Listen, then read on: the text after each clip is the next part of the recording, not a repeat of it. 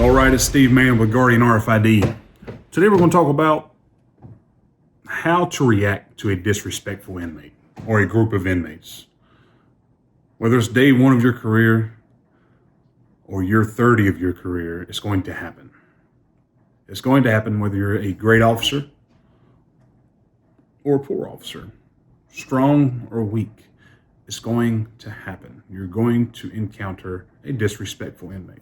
Most of the time, it's because you're doing your job right. But the inmates, the individuals, or the residents, whichever you want to call it, they don't want to be told what to do day in and day out. They're stressed. They're in an environment where they are being told what to do every day, all day. So, as an officer, I understand that, but I have a job to do. And my job is to maintain safety and security of this facility. Point blank, that's it.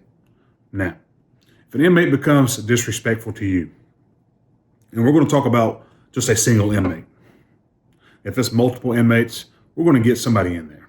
You know, we hate to be that officer who always calls for the supervisor. Hey, I need you in here. We've got this going on, or calls for backup because, you want to be able to handle it yourself. Totally understand that. But make sure it's safe. If it's an unsafe environment, you're calling for backup no matter what. I'd rather an officer call me to come assist or to talk than they don't call and something happened to them. I'm fine with that. As a supervisor or an administrator, I'm perfectly fine with that. Perfectly fine with that. So you have an inmate who's being disrespectful. He is cussing you out left and right. He's demanding this. He wants this. He's not going to lock down, whatever it may be. How do you react to that? What do you say? What do you do? And I've been there many, many, many times. And I've reacted almost every way imaginable throughout my career in corrections.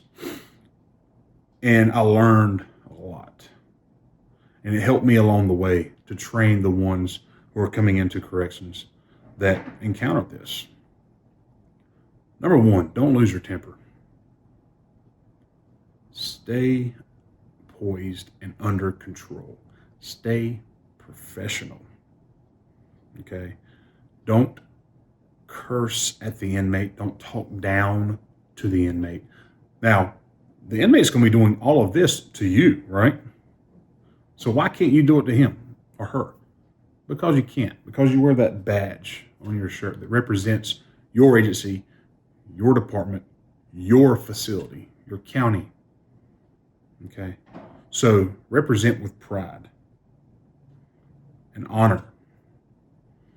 Okay? Because you're going to have 20, 30, 40, maybe even more inmates in that housing unit that are going to be witnesses.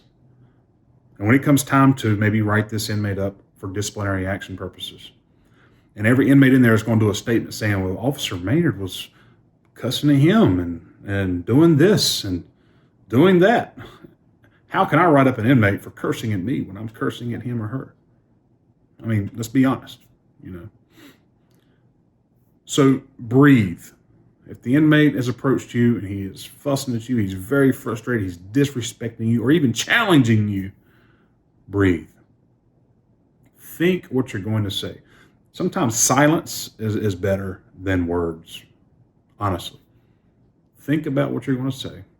Evaluate the situation. If you feel that it's a dangerous situation, you're calling for backup. Whether it's on the phone or on your radio. Talk to the inmate. If you're not able to talk to the person and get through to the person, maybe you can say, hey, let's escort you over here. Let's get you out of the housing unit, out of the stressful environment that you're in. And we'll try to get you some help, some assistance, if you will.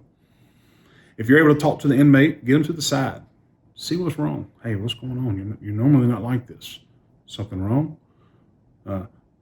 Sometimes inmates are trying to check off the housing units. They're trying to get out of there. So they'll do any little thing to get removed from that housing unit. Maybe they owe other inmates canteen or money from phone time or whatever it may be. And their only way out is to check off that housing unit because they know they can't pay up. And so they come cuss you out. It happens. So don't lose your cool over a disrespectful inmate. try to understand. I know it's hard at times. I know it is. Try to relate.